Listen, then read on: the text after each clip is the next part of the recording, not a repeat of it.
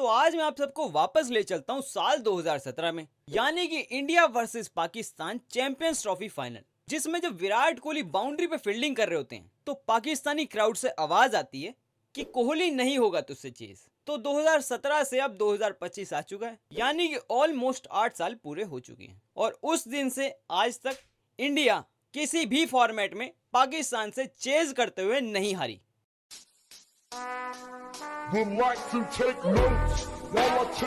तो भाई देखो, 30 साल बाद जाके कोई आईसीसी टूर्नामेंट पाकिस्तान में हुआ। 19 को पाकिस्तान खेली, 23 को पाकिस्तान बाहर। ये तो वही बात हो गई कि 4 दिन की चांदनी फिर अंधेरी रात। तो एक काम क्यों नहीं करते, अपना सारा बस्ता बांधे और निकले इस्लामाबाद।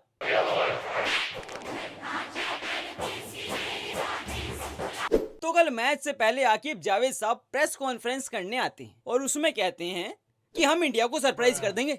तो मेरे दिमाग में जो सबसे पहली चीज आई है ना, उसे सुन के वो ये थी कि पूरी पाकिस्तान टीम की बैगों की एक्स्ट्रा तलाशी ली जाए, बाबर आजम की स्पेशल में, क्योंकि हमें कोई सरप्राइज नहीं चाहिए। ऐसा ही सरप्राइज जब आपने श्रीलंका को दिया था, तो उस सरप्राइज का ही नतीजा है कि 30 साल बाद आपको कोई आईसीसी टूर्नामेंट मिला है। तो भाई हमारा तो कोई मन था नहीं सरप्राइज का। लेकिन फिर मैच खत्म होने के बाद पता चला भाई कि इन्होंने ऐसा सरप्राइज प्लान किया था जो हमने भी नहीं सोचा था। हमने सोचा था कोहली के 30, 40, 50 रन आ जाएंगे, इन्होंने सेंचुरी करवाई।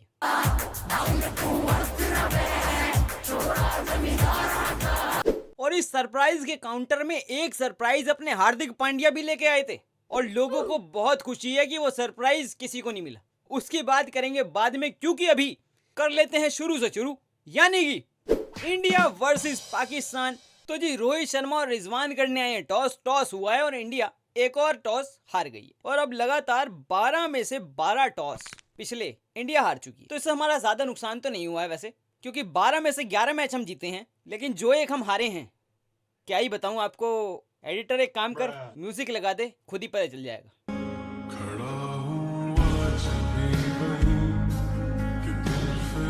और एक बात पूछूंगा कमेंट्स में, बिल्कुल सच सच बताना, मैच से पहले कुछ नेगेटिव सी फीलिंग नहीं थी कि ये मैच में कॉन्फिडेंस नहीं आ रहा यार, पता नहीं कुछ तो अजीब सा लग रहा है कि कुछ खराब होगा आज। और हुआ भी शुरू में कुछ ऐसा ही कि जो होता नहीं है वही हो रहा है। जैसे शमी अपने पहले ओवर में वाइड डाल रहे हैं और इतने सारे एक मैच हो गया, अभी तक केकेआर के प्लेयर वरुण चक्रवर्ती को गौती भाई ने कुलदीप से रिप्लेस नहीं किया और बॉब सी पावर प्ले में इंटेंट के साथ चौके लगा रहा है। एक तो वाइब्स इतनी नेगेटिव आ रही और ऊपर से इमाम और बॉब सी की लग गई पार्टनरशिप और शुरू में ऐसा लग रहा कि आज बॉब सी कुछ करके जाएगा। आज पाकिस्तान 50 ओवर में 260 कर देगा। आज बॉब सी इंडिया के अगेंस्ट अपनी पहली सेंचुरी करेगा 180 बॉल में। और जैसे लगने लगता है ना कि आज बॉब सी सेंचुरी करके अपना पर्सनल माइलस्टोन कर लेगा, तभी आता है इधर से पर्सनल माइलस्टोन का नंबर 1 हिटर, यानी कि आईसीसी के क्लचमैन हार्दिक पांड्या। वो ना खुद की टीम के होने देता है और ना पोजीशन के। बाबर आजम को ऐसे हाथों से इशारे करके कहा है कि यहाँ से निकलें, ये करना है तो अगले मैच में कर लें, मेरे सामने नहीं। क्या रहना पड़ेगा मेरे आगे, पतली गली से निकल निकल निकल निकल निकल।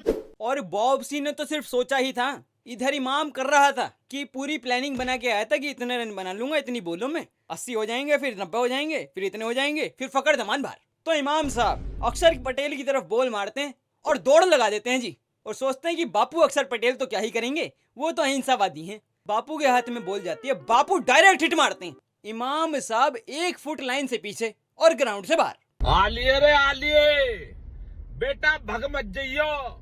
तो फिर लगती है सौद शकील और रिजवान के बीच में पार्टनरशिप। बहुत अच्छी पार्टनरशिप जारी थी और लग रहा था कि पाकिस्तान अच्छे स्कोर की तरफ जा रहा है और इतना टोटल तो बना ही लेगा जिससे हमें चैलेंज मिलेगा। लेकिन फिर इधर से बापू आते हैं और इधर से आते हैं हार्दिक पांड्या कि टीम का भी पर्सनल माइलस्टोन नहीं होने दूंगा। बापू करते हैं रिजवान को आउट और पांड्या साहब करते हैं सौद शकील को, और फिर दोनों गुजराती साइड होते हैं और पाकिस्तान टीम को कर देते हैं बाकी बॉलर्स के हवाले कि आपको अब जो करना है वो कर लो, कोई दिक्कत हो तो जरा एक कॉल मार देना, हम यही हैं। तो फिर कोई रहा नहीं, सब ने हाथ साफ किया। जडेजा, कुलदीप यादव को थोड़ा स्टार्ट होने में टाइम लगा था, लेकिन फिर जब एकदम से इंजन गर्म हुआ उसके बाद नहीं रुका। हर्षित राणा को भी जाते हुए 1 विकेट मिल गई। तो पाकिस्तान बनाती है 241 और अब आती है इंडिया की बैटिंग। 241 के साथ हमारा रिश्ता इतना कुछ खास तो है नहीं, लेकिन आज उसको अच्छा बनाना था। और जो आकिब जावेद साहब ने बात करी थी कि पाकिस्तान आपको सरप्राइज करेगी, तो हमें ये तो पता था कि ये जो सरप्राइज होना है ये शाहीन की तरफ से तो नहीं होना, क्योंकि हमें भी पता है और आपको भी पता है कि इसने पहले ओवर में बॉलिंग क्या करनी है। भागते हुए आना है, पैरों पे बॉल डालनी है और वहां से करनी है इन स्विंग। कोई प्लान भी नहीं है। अगर आपने उस बॉल को खेल दिया तो आप जीत गए, और अगर शाहीन ने वो कर दिया तो वो जीत गया। तो शाहीन ने वही करने की कोशिश करी, लेकिन रोहित शर्मा ने उसको आराम से खेल दिया। और जो बॉल शुरू से 5 से 6 ओवर में स्विंग होती है ना, उसमें रोहित शर्मा ने अपना काम करा दिया था। इनकी लाइन और लेंथ चेंज करवा दी थी। और रोहित शर्मा के सामने जो बॉलर्स का डिसएडवांटेज है वो ये है कि आप जो रोहित शर्मा के सामने बॉल कर रहे हो उसकी डायरेक्शन चेंज कर सकते हो। अगर आपने लेंथ चेंज करने की कोशिश करी और थोड़ा सा ईगो में आकर चौका खाके थोड़ी सी बाउंसर ट्राई करने की कोशिश की, तो आपके जो चाचा बैठे हैं ऑडियंस में, उनसे कहना कि बॉल लाके दे। फिल्टर के बस की नहीं है। फिर ये 10 रुपये, रिक्शा पकड़ो, घर जाओ, बच्चों के साथ गोटियां खेलना। और फिर जो अपने शुभमन गिल और बॉबसी का इस मैच में बैटल था, जो बॉर्डर पार से शुभमन गिल को पिछले 1-2 सालों में हेट आ रही थी कि कुछ करता नहीं है, तो शुभमन गिल ने भी अपनी वो क्लास आज दिखा दी है। और ये तो जी सिर्फ सैंपल था। जितना लोगों ने ट्रोल किया है ना, अभी तो 10 साल कोई कहीं नहीं जा रहा। तो पूरी फिल्म अभी शुभमन गिल ने दिखानी है।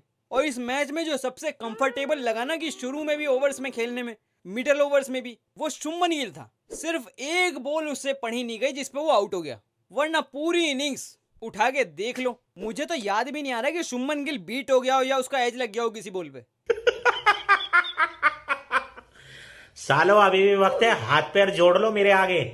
और विराट कोहली पे आए उससे पहले एक बार बात कर लेता हूँ जरा श्रेयस अय्यर की। तो मुझे लगता है कि हमारा जो सबसे इंपॉर्टेंट बैटर है ना, वो इस टूर्नामेंट में श्रेयस अय्यर है। क्योंकि अगर हमारा शुरू में कोलैप्स हो गया, 30 पे हमारी 3 विकेट हो गई, 4 विकेट हो गई, तो वहां से हम टारगेट करेंगे 250 रन बन जाए। तो वो जो 250 को 280 बनाना है वो श्रेयस अय्यर ही कर सकता है। और अगर हमें बहुत तगड़ी स्टार्ट मिल गई है, पार्टनरशिप लग गई है और हम बड़ा स्कोर टारगेट कर रहे हैं और हम चाहते हैं कि मोमेंटम ये चलता जाए, तो उस मोमेंटम को 350-400 तक ले जाने का काम वो भी श्रेयस अय्यर ही कर सकता है। मेरी तरफ बढ़ते हुए उनकी टांगे कांपने लगती है। और पिछले कुछ जो ओडीआईज हो रहे हैं उसमें किंग और प्रिंस के तो जी पीछे पड़ गया हार्दिक पांड्या कि जी सेंचुरी नहीं होने दूंगा किसी की। एक बार तो शुभमन गिल की रोक दी थी, पिछले मैच में गौती भाई ने हार्दिक पांड्या को रोक लिया, वरना वो पिछले मैच में भी रोकना चाह रहा था। इस बार उसको भेज दिया और सब ये एक्सपेक्ट कर रहे थे कि केएल राहुल आएंगे, लेकिन आ गए जी हार्दिक पांड्या। और अब सबको ये डर कि ये विराट कोहली की सेंचुरी ना रोक दे। और पांड्या साहब ने लोगों को बिल्कुल सरप्राइज नहीं दिया, जो लोग सोच रहे थे वही किया है। पूरी कोशिश करिए, आते ही चौके, इधर रन उधर रन, और खेल हार्दिक पांड्या रहे हैं और नारे लग रहे हैं कोहली कोहली। और तभी शाहीन अफरीदी कर देते हैं हार्दिक पांड्या को आउट। और जो शोर मचता है, विराट कोहली की सेंचुरी पे इतना शोर नहीं मचा जितना हार्दिक पांड्या की विकेट पे मचा है। परंपरा, प्रतिष्ठा, अनुशासन। और जब लोग ये सोच रहे थे कि भाई शाहीन तो हमारी टीम में, ये तो हमारी तरफ ही है, ये भी चाहता है सेंचुरी हो जाए, तभी शाहीन अफरीदी डालनी शुरू करते हैं वाइड। पूरी कोशिश वाइड का चौका दे दूं, वाइड डाल दूं, वाइड डाल के 2-3 रन भगवा दूं।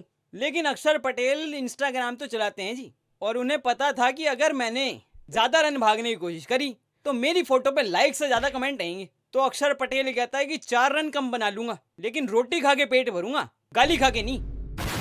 अपने पटेल साहब, बापू साहब, विराट कोहली का हाथ पकड़ के सेंचुरी तक छोड़ के आते हैं उन्हें कि बीच में अगर कहीं ये इधर उधर गए तो फिर गुमशुदा की रिपोर्ट मेरी लिखी जाएगी। और अगर मैं सच बताऊं कि हार्दिक पांड्या सेंचुरी रोक भी देता ना, तो मुझे उससे कोई दिक्कत थी नहीं, क्योंकि आपने उसके नेट्स देखो, वो वही प्रैक्टिस करता है कि 10 बॉल में 10 छक्के चाहिए, मैं कैसे जिता दूंगा। उसको ये कॉन्फिडेंस है कि 10 बॉल में मैं 10 छक्के मार सकता हूँ, और वो वैसे ही ट्रेन करता है। तो वो ट्रेनिंग कुछ और करे, फिर आगे मैच में कुछ और करे, उससे रिदम उसका ही खराब होना है। लेकिन आज पांड्या साहब की प्रैक्टिस से ज्यादा बड़ी रही लोगों की दुआएं, क्योंकि जब 2 रन चाहिए थे और विराट कोहली को चाहिए थे सेंचुरी में 4 रन, तो रोहित शर्मा कहते हैं मारना यार, उड़ा के मार। तो कोहली साहब कहते हैं कि जैसा आदेश कप्ताना मेरी जाना। विराट कोहली लगाते हैं चौका और पूरी करते हैं अपनी 82nd सेंचुरी।